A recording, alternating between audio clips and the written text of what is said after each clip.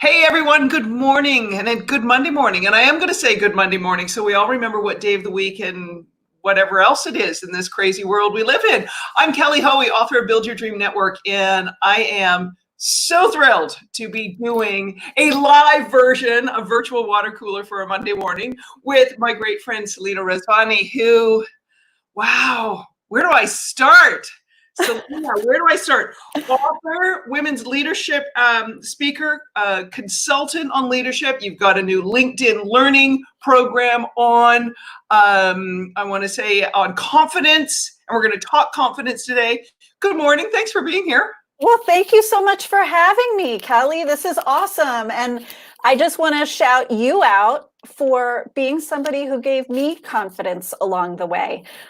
You may or may not remember giving me one of my first speaking breaks early on in my career. And it meant a lot to me that you did that. And so I just want to thank you. It's not a mistake that we're talking about this together today.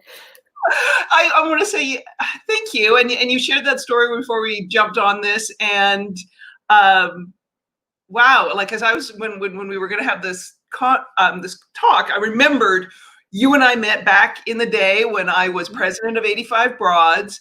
I do not remember like but it was thinking about it, was like one of those things. Yeah. You wanted to speak. We had an event. Well, this made sense. Totally. Well, not put two and two together.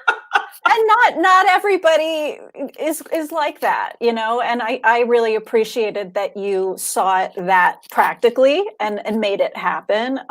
But you were giving me a lot of confidence and lending me a lot of confidence in that situation. And we can all do that for others, which we'll get to talk about a little bit later. We're going to. I have to give a shout out to two of our favorite folks, the gals from Vital Voice here this morning. Yay. Casey and Julie, good morning, good morning, good morning. So, hi, all right, confidence. This is kind of a brutal time right now for all of us with our confidence. I think particularly for women, this is, wow, a whole lot of shit, so to speak. There's no one's editing my videos on the plate for women. Let's talk about. Wow, like I don't even know where to start. Like talk about how do we deal with everything going on and what it's doing to either enhance or probably detract from any ounce of confidence we have. Yeah. Well, I think one of the first things is kind of what's not there for women to do. And that is, I think employers need to be stepping up big time right now, seriously, to lessen some of the pressure on women, knowing women have a lot going on at home. Lots of women are running households. They're doing more in the care department. And they're busy trying to maintain a job in many cases. So I think one of the first things is employers need to step up and lessen that burden and communicate care and offer the people the chance to reformat their hours or their work. Okay, I think that's the first thing. I think in terms of what women can do, you know, I don't want to add another to-do to the list, but I think one of the big things is give yourself some self-care and some love. And for me, that's lowering the bar. It's lowering the standard on getting it just right, on what I'm supposed to accomplish and produce right now.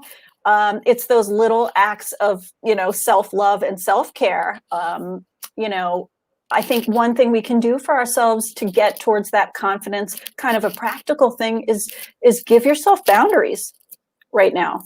Boundaries, you know, to you know, put a fence around a need that's really important to you right now. For me, that's weeknights. I really need weeknights to decompress, to kind of feel my best the next day. And I need to actively, you know, protect that time, right? And not work if I'm going to do that. So, you know, give yourself a shutdown ritual at the end of the day so you can go and do that and take that time for yourself you need, or whatever boundary is important to you. Yeah, because I was thinking about this like this morning, waking up on a Monday morning, like, listen, there's people I'm going to get up and do hair and makeup and stuff for. But I mean, thinking about women who are in the workplace right now, you know, and first of all, day after Mother's Day.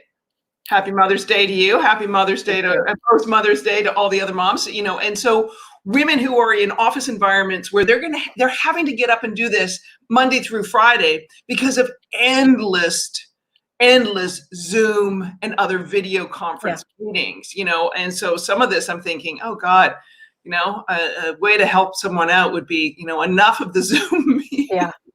Oh, you've heard the term Zoom fatigue, right? It's real. It's real. It's a different kind of. It's an extra burden on women because we got to get zhuzhed up.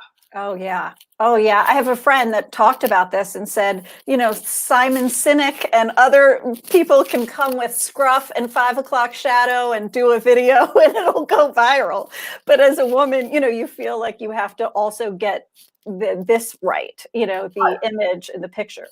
Yeah. We fewer. I want to say fewer exceptions for us when we show up looking a little scruffy. Yeah. Let's talk about, I'm thinking when we were going to talk confidence, I'm thinking about, you know, kind of the old advice given to me. Good old Gen X here. Me too. Fake it till you make it. What do we do with that advice? Is it any good anymore for confidence? You know, I think there are occasions where fake it till you make it works. You know, I think, you know, you're giving the big presentation or the pitch and you want to look the part of the leader. You really want to get that across to other people. On occasion, yes, I think it can help to say, I am a leader. I am, you know, that like fierce founder or whatever it is you need to tell yourself in that moment. Yeah, sometimes that can give you a little jolt. But I think there's a better way than just acting in that way. And I think it's cultivating this kind of coach relationship with yourself. And as cheesy as it sounds, kind of finding your own inner BFF, right? Instead of that harsh inner critic that's like, why'd you say that? Look what you just did. That could have gone better. It's really a different voice. I'm from Philly, and Rocky, right, is one of our favorite movies here.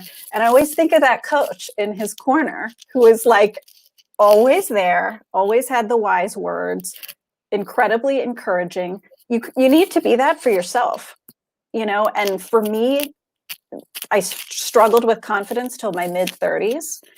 It wasn't till I started employing that inner BFF, seriously, that something changed. And I had what I felt like was more, you know, solid, like more lasting confidence. Yeah. Well, I mean, because you can get something can happen. You know, a relationship, whether it's personal or professional, you know, you prepare really well with a pitch and it falls flat. You can get knocked off your game. You know, is confidence more of a continuum? Is it more of something that kind of, can you create a baseline and then grow from that? Can, like, rather than this thing that because I always think of it like with fake it till you make it, it sounds like a destination. And what you're describing to me is more of a journey. It is a journey. And I love your idea of a spectrum. I haven't thought of it quite like that, but I think it's more real and realistic. We're not all going to feel peak experience, you know, confidence all the time. That's ridiculous. That's like running at a sprint nonstop. You know, that's not going to work. It's not going to be sustainable. I think we need to anticipate the lows. And I think that's part of where the supportive kind of inner voice can help you, not just the great moments, but the really lousy ones where we are knocked off our games. I think really at the end of the day, this is a healthy respect for what you bring to the table. It's knowing, you know, you have value. And so while you have your dips and your high points, you always have that healthy baseline respect for your own value. And that's where I think, like, wow, confidence can go to new levels when you have that. Yeah. Is there power in lacking confidence? Like I'm thinking, like, if you knew you had it before and you've got your inner coach, is there power in kind of having a dip in your confidence to make you work harder, or, you know, go back after something you want with more gusto? Like, I'm just thinking, there can be if you just have high octane confidence. Well, we've all seen where that takes some people. Right. Frustratingly poor decisions. But anyway, but is there actually to say, hey, it's okay to kind of get wobbly on your game, because here's how you get going again, and here's how it fuels that next growth in your confidence. Yeah, I feel like it can sound like such a platitude, and yet it's so darn true that when you have those dips, you're trying, you're doing something worthwhile. Maybe you're trying something new that you're not expert at, right? Where you have a little kind of wobbly knees as you're doing it. For me, those are the opportunities where I learn something, and I usually get better after that. And I'm not the only one, right? So I think the key is let that happen, that little failure, that mistake, that blip.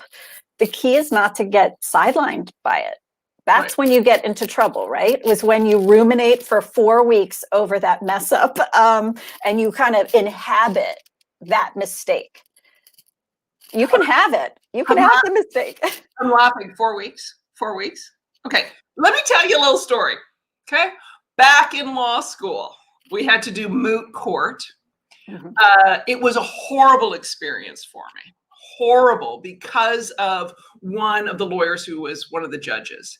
And I swore, this was back in like 1998, I swore off public speaking and didn't do any, there was a few times I had to go to court or whatever, but avoided it at all costs until, let me think, 2004.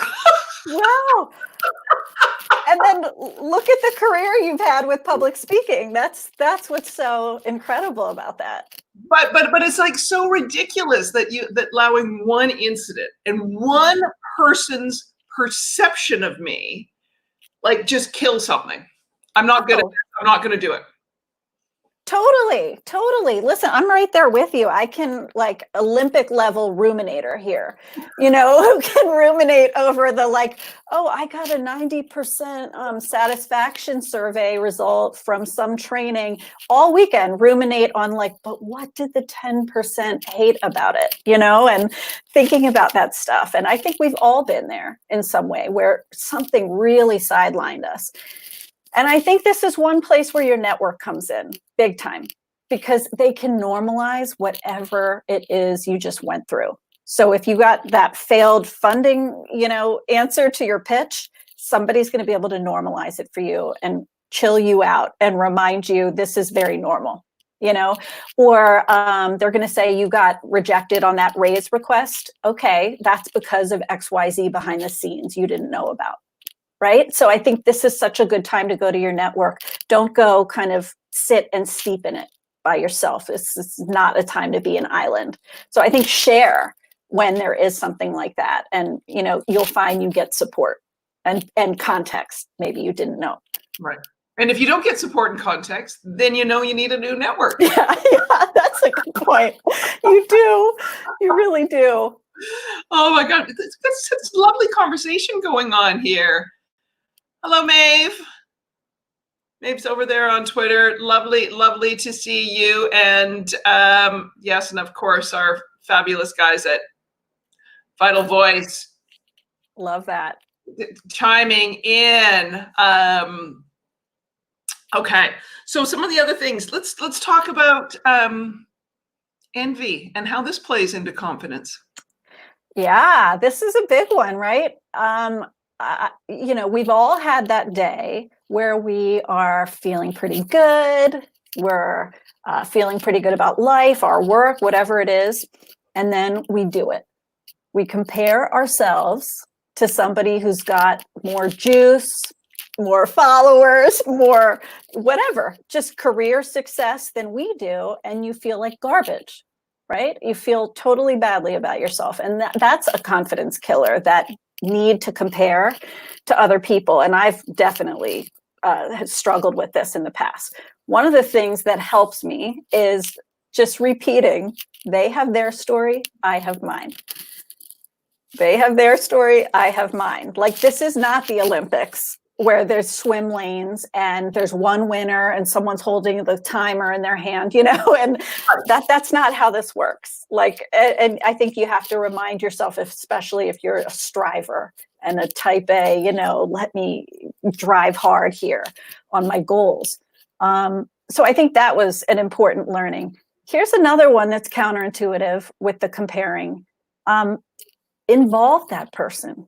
Mm-hmm. Is there a way to involve them somehow, to learn from them? Like, so instead of saying, oh, I hate myself for being envious and jealous of them right now and feeling worse, saying, actually, can I study them a little closer and see what are they doing really right? Can I study some of their patterns? Or can I reach out to them and say, I really do admire your ability to do X.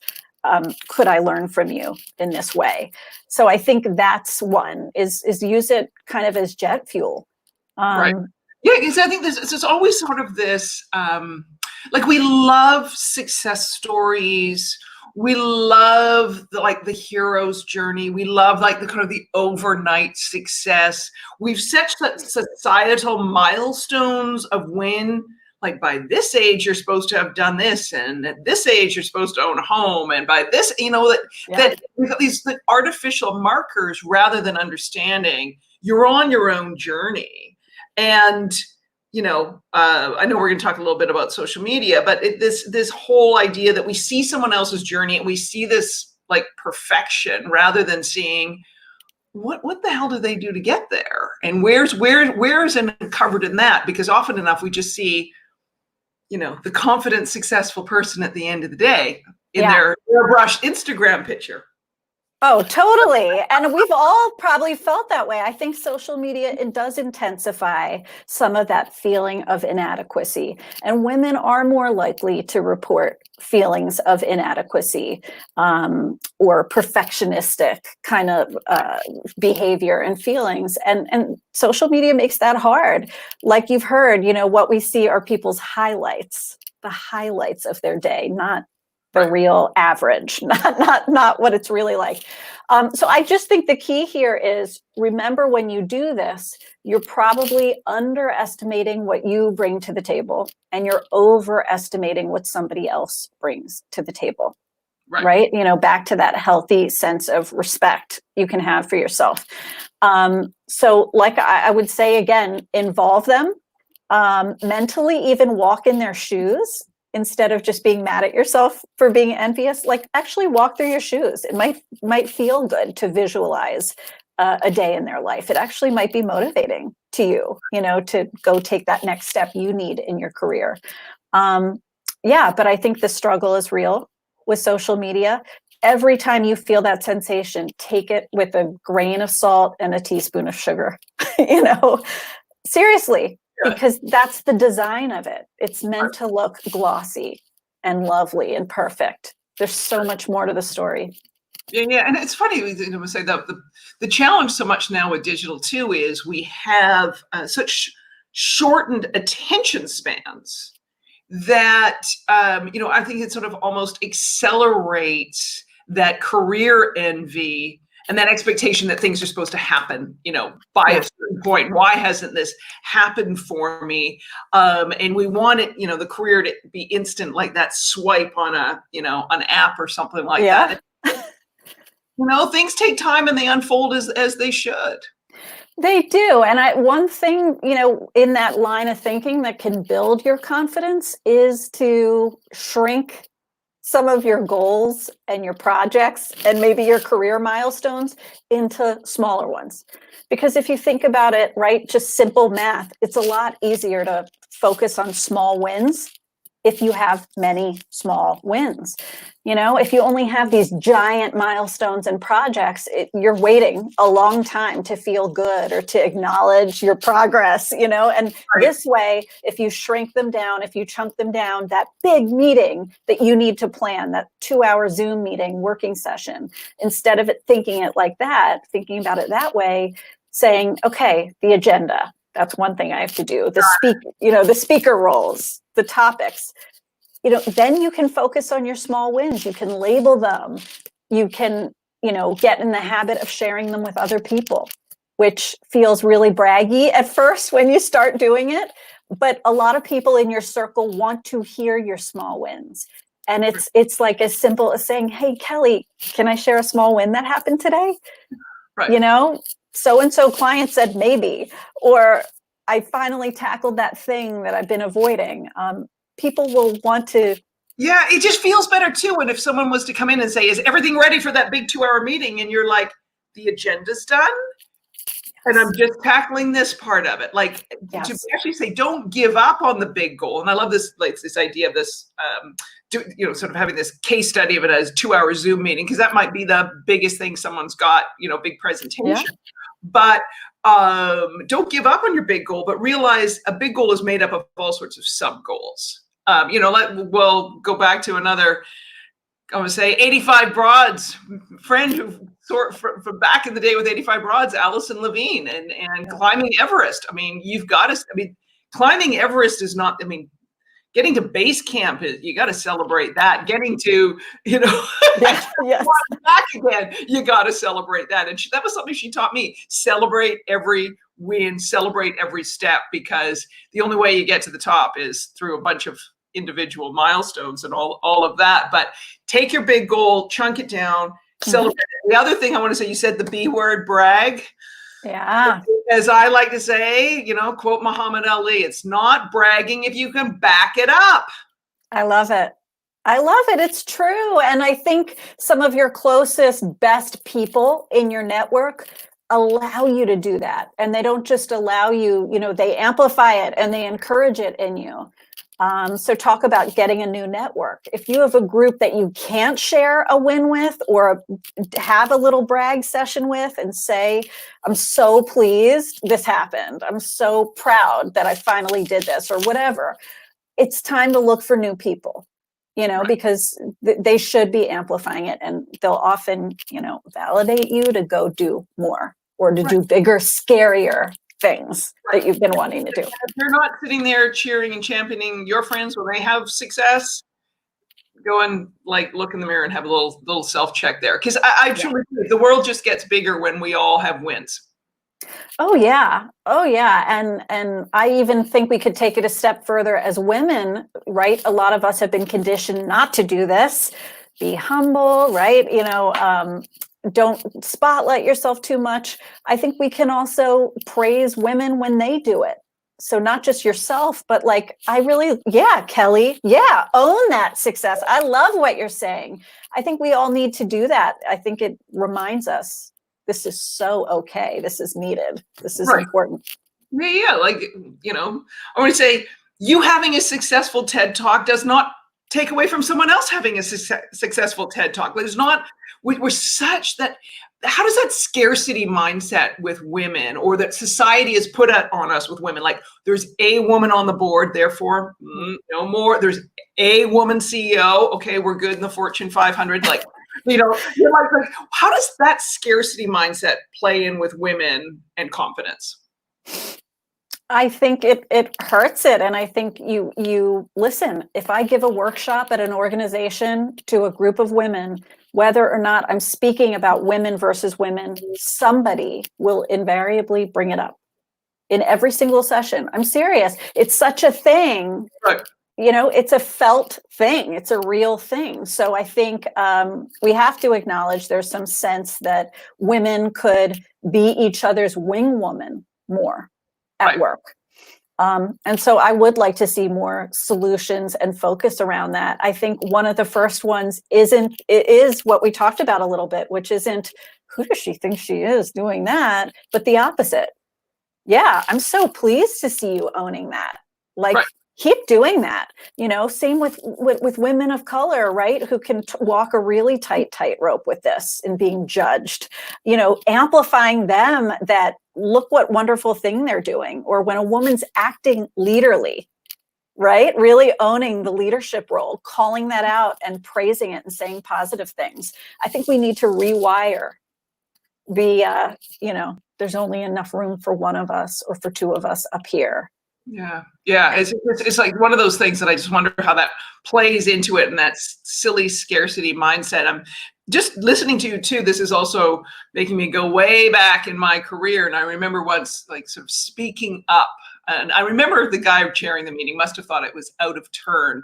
And a very prominent attorney, also a woman, leaned forward and said, I actually happen to agree with Kelly, and changed everything. But the real point of the story was this woman was not known for being like a champion of women or friend of women, but she was super tough. And I think what it taught me in that incident was, as women, we don't have to be best pals to champion another woman's ideas. If you respect the idea, you respect the work that someone does. And I think that's something we can learn from the guys in terms of the way they interact. They may think some guy is, a total douche, but if they've got a good idea and they're good at their work, they still may champion and support them in the workplace. And I think that's something we as women, I'd love your thoughts on it. You're the real expert on women in leadership, but that's sort of one of my things. It's like, maybe there's times we just have to forget about having to be friends with the women we want to champion. And we can just say, you know what, I may not like her, but I respect her and I'm going to champion her. Yeah. And you're absolutely right. Look, we all have some kind of clout. We may not want to think of it that way. You may hate that word, or you might love that word. But when you do that, you're lending your clout to someone else, and you are giving them an endorsement, even if it's a small moment of endorsement. And I think all of us can do that. Sometimes when I work with organizations to be a little more female-friendly culture, I'm saying something as simple as speak well of women. Mm-hmm. Speak well of women, not, oh, she's the one boss and she's very unapproachable and icy, the queen bee kind of trope, right? But how do we speak well of people? I like the way she's been able to, integrate her work life, or I like the philosophy she brings to her leadership, or having some of your hero stories at work that are celebrated be about some of the women. We decide what stories get told. We're all part of that. So we can tell those really positive stories of women leading in action. Right. Every day. Right. Like speak of them in the same leadership terms you would of a man. Yeah. It doesn't mean you want to go shopping and have a manicure with her. Right. But who cares? Right. We got other people for that. Yeah, it's not a marriage proposal at all. In fact, I like your advice that it can be a little transactional. Maybe you don't have the deep friendship and you're never gonna. That's okay. Right. Well, we don't expect that with men in leadership roles when we're an employee. Right. We just want that person to respect and acknowledge our work and be there to champion us behind the closed doors. Why can't we have the same thing with women? Yeah. That would be a good thing. That would be a good thing. What are other confidence killers? I'm just keeping my eye on time, but I want to know other confidence killers that that we can leave people with, things to watch out today. So and then go over your inner coach again, so that when they hit that confidence killer, they can get over that speed bump. Ninja through it. Yeah. I love that. Well, so one big confidence killer that we didn't really talk about is perfectionism. And as a recovering perfectionist myself, right, I know this is exacting. It is like a straitjacket sometimes when you're living with those perfectionist standards, and you're kind of shooting yourself in the foot, because the truth is, how often are these attainable standards? So you're setting yourself up a bit to fail or to not do well and succeed.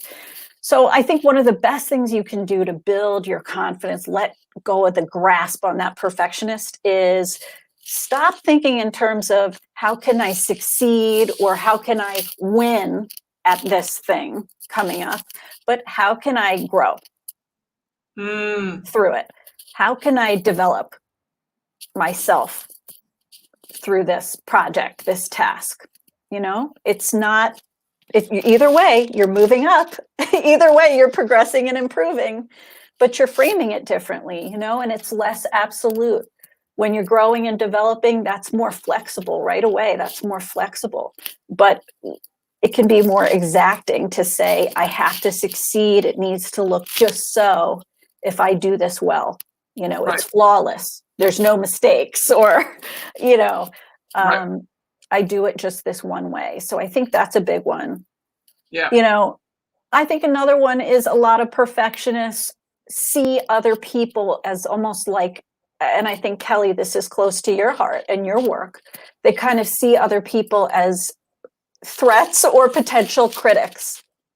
You know, if I put this in front of you, you're just going to have input for me, feedback. You may have to, tell me something I don't like. Perfectionists are very afraid of failure, super sensitive to failure. So I may be threatened by you, right? And I think in a better, more confidence building mindset, you see them as like collaborators, as potential collaborators. Everyone's a potential collaborator, who could give me a nugget or an insight that will make me or this better. Right. And I think that's a shift, is if you're doing that with something and you're kind of protecting and saying, no, I'm not going to share it, or I don't want to give this draft to other people to read. Ask yourself, is that really serving you? Is that really helping you? Because you could get more from those folks if you reached out. Right. And if you're afraid to reach out to them, sort of look at yourself, but also look at them and say, what is it? Is it me, or is it them? Like, there's been something in the past with them. Yeah. And go back to, maybe you need a new network.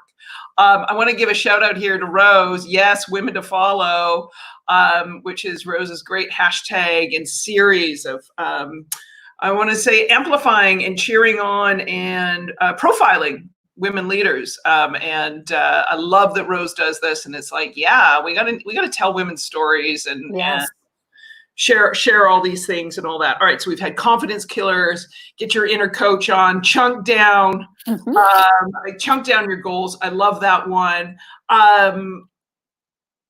There's so much more I want to talk to you about. So we're gonna have to get zhuzhed up and do this again, please. Okay. Yeah. But go back to where we started. For anyone who missed it, you said, think of someone who gave you confidence. It was such a great idea. And I think it's such a great idea in terms of something to do to network today. Yeah, I think that's our challenge to all of you. And I think we'll do it too, is tell somebody today who gave you confidence that they did that, or what it meant to you. Because if you don't just want to grow confidence for yourself, think about the fact that no matter who you are, somebody today sees you as a role model.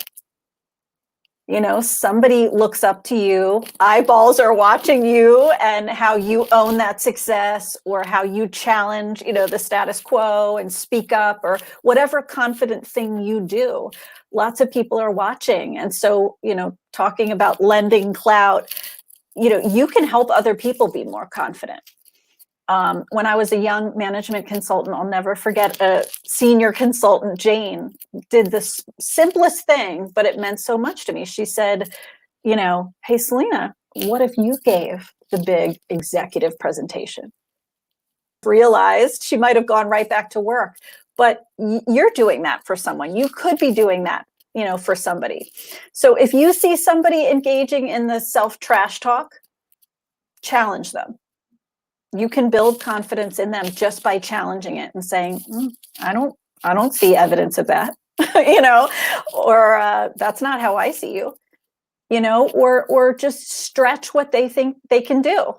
I know you said you think you're not ready for such and such, but I actually think you are. I'd love to see you go for it, so don't just be awesome, help other people be awesome and feel awesome.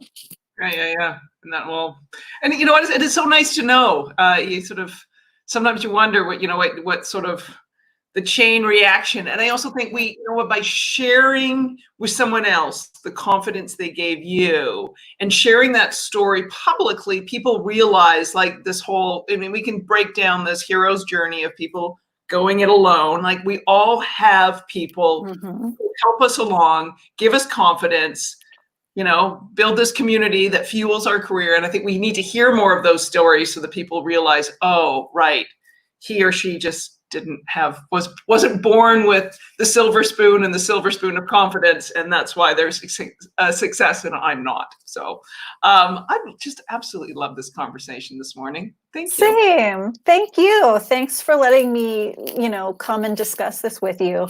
Because I think, like you said, when we do have a faltering in our confidence, and just maybe by talking about it, you give other people permission to say, hey, I'm having a really low confidence day. Can we have a chat, Yeah. Oh, and before we go, your LinkedIn learning course, quick, tell everybody where it's at. Yeah.